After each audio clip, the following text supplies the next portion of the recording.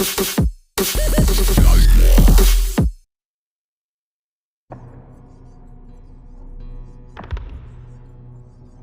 engine echoes through the darkness.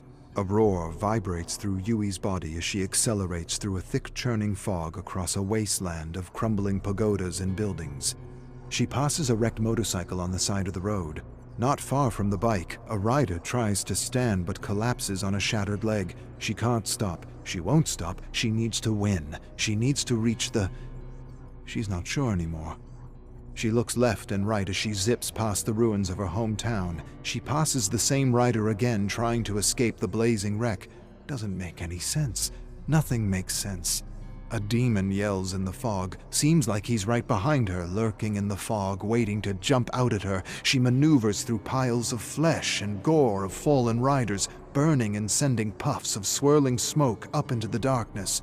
She yells helplessly, and the dead, smoldering riders begin to evaporate into a column of light breaking through the darkness. A rider suddenly stands in front of her. She skids, loses control, and tumbles over the road. Her insides feel like mush. Things are broken everywhere. Cracked bones rip through her skin, spitting out black, warm fluid. She tries to rise, but a bone jutting out of her black jeans won't let her stand. Like the fallen rider she ignored, she's broken, helpless, and soaked in gasoline. Misato studies Yui closely. To dream of fog and darkness means you see yourself as an imposter, perhaps even a failure. Yui nods and absorbs her friend's interpretation. Misato sips her beer. To see light means you'll overcome whatever is holding you back. To dream of a crash or a dead end could mean the death of something you want, something you wish for. Yui sighs and doesn't know if she wants to hear all this. The demon? The Oni? Why was it chasing me? Misato nods. The Oni could mean you're struggling to maintain your humanity as you chase your dreams. That you may be torn between right and wrong, between good and evil. Misato laughs to herself as she finishes her beer. Maybe winning isn't everything. Maybe you're greedy. Maybe you're trying to swallow an ocean when a glass of water would suffice. Yui scoffs. Greedy? I'm broke and you're paying for the beers. Misato shakes a drunken finger at her. Greed isn't just about money, Yui. It's about wanting more of anything. More races, more trophies, more fame. Maybe your need to prove yourself is killing something in you that doesn't want to die. Yui sighs and downs her beer. Enough stupid talk and more drinking. Behind her dismissive smile, Yui believes her nightmare has nothing to do with ego or greed, but the anxiety of not having the money to pursue her dream. Maybe winning isn't everything. Might not be everything, but it is rent money and groceries and beer for the next few weeks if she wins the Secret Four. But before she can win, she must be given a chance to race. Shinji, the favorite, has found a way to keep Yui out of the race, convincing the organizers that a female racer would undermine the Secret Four. It's chauvinistic, barbaric, dated, but it's also her reality. They're not used to someone of her caliber. Shinji has no caliber. He cheats and humiliates and ridicules to get a psychological edge. She knows his game, and he knows he's going to have to race her one of these days. But for now, he tells them if she races, he won't. And since he's the current champ, they somehow believe they need him to attract the money. She's sitting out tomorrow's race, but she'll be there to cheer her good friend, Hiro. Shinji trash talks Yui as she fills Hiro's ears with fighting words. Fighting words, that's what her grandmother used to call them. Words with wings that filled the mind and lifted the spirit. Words. Words are more than words. They can build, they can destroy, they can empower. They can turn mice into gods and gods into mice. Shinji tells Hiro he's going to make an example out of him because he supports Yui. Hiro acts tough, but Yui sees those fear-heavy words crawling into his ear, feasting on his confidence and weighing him down. Shinji turns to Yui and makes fun of her hair, winks at her. and asks if she came to watch men ride. She doesn't dignify his shit with a comeback. She wants Hiro to win. But the termites have taken hold, and he's a shell of a rider on a bike about to crack. She whispers winning words in his ears like her grandmother used to do with her. But he doesn't know how to make those words work for him. He's lost, and the race hasn't even begun yet. 4 a.m. Yui watches Hiro speed off and take the lead. Shinji and others follow close behind. Maybe her words did help. Hiro rounds the bend. She watches Shinji race beside him and lean in. He leans in close, extends his arm, and touches Hiro's shoulder. Just touches him, not to push him or hurt him, but to annoy him, to distract him. Hiro swears, loses his focus, loses control. An instant later, he's skidding across the pavement with a wrecked bike, leaving a trail of sparks and oil. His helmet is disintegrating layer by layer against the rough pavement like sandpaper. He needs help, but the other racers speed past him, all trying to win the prize money. Hiro stands and staggers stupidly into the road. His helmet doesn't exist anymore, and his face has been razed to the bone. His mouth and lips are gone. They're just teeth where lips used to be. A shriek sends a shiver of fear up her spine as a car slams on the brakes, loses control, and hits her good friend. Yui accelerates through the fog with a red-eyed demon chasing her. She skids out of control, breaks her legs, and drags herself helplessly through the fog. Footfalls thunder toward her, shaking the ground with every step. She looks over her shoulder, but all she sees is the thickening fog. A boot crushes her hand. She looks up to face herself. Yui awakens in a hospital by Hiro covered in bandages with tubes sticking out of him. Authorities don't know it was an illegal race. If they did, they'd all end up in jail.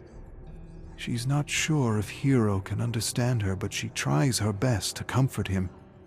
Doctor says, "You're lucky to be alive." She wants to tell him he'll never walk again, but she can't bring herself to do it. She doesn't say anything. She can't say anything. One lapse in judgment, and he lost everything. Could happen to anyone. Yui closes her eyes, and for a moment imagines a world where she hunts that bastard down and kills him like a dog. Misato delivers some good news while they walk towards their favorite noodle dive. The organizers want her to race the Secret Four. An unknown benefactor wants to see what she can do.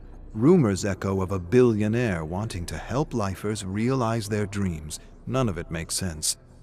Yui feels many things right now, but an overpowering need to put Shinji in his place distracts her. But she knows she must put the mental lens of her focus on winning. Not payback, not vengeance, not even gossip or trash talk. Everything on winning. Not just to impress an eccentric billionaire, but to pay the rent and grocery bills. Yui walks up a mountain path she recognizes and sees a woman standing at the edge of a precipice. She reaches out to the woman, knows something's wrong. The woman turns to her slightly, and Yui realizes she's staring at an older version of herself. Gray hair, bloodshot eyes, tears streaming down her face. Older Yui stares at younger Yui with longing. Then older Yui shakes her head, turns, and jumps. Younger Yui rushes to the edge and stares down at countless bodies busted and broken over jagged rocks. All of them her. She has sudden flashes of a life she doesn't recognize. A life where she never left Hida or pursued her dream. A life where she became a teacher like her father. None of it makes sense.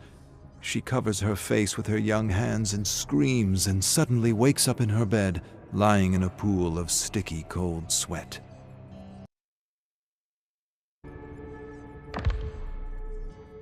Misato smiles at Yui.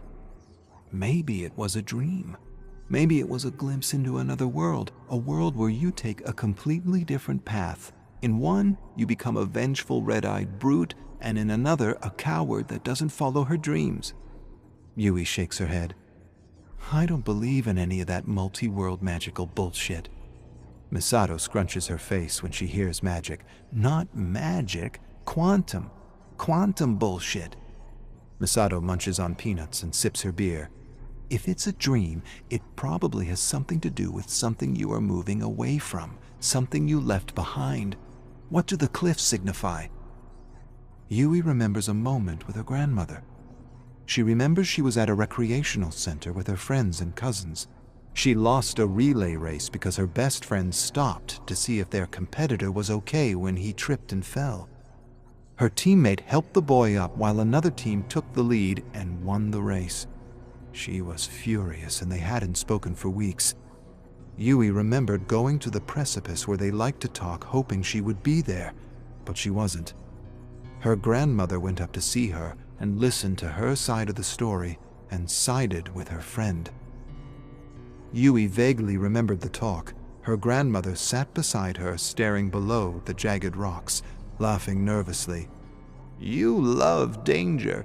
And more than danger, you love winning. Always have, always will. But winning isn't everything, Yui. Tell me, what's the use of winning if you lose all your friends? Who are you going to share your victories with?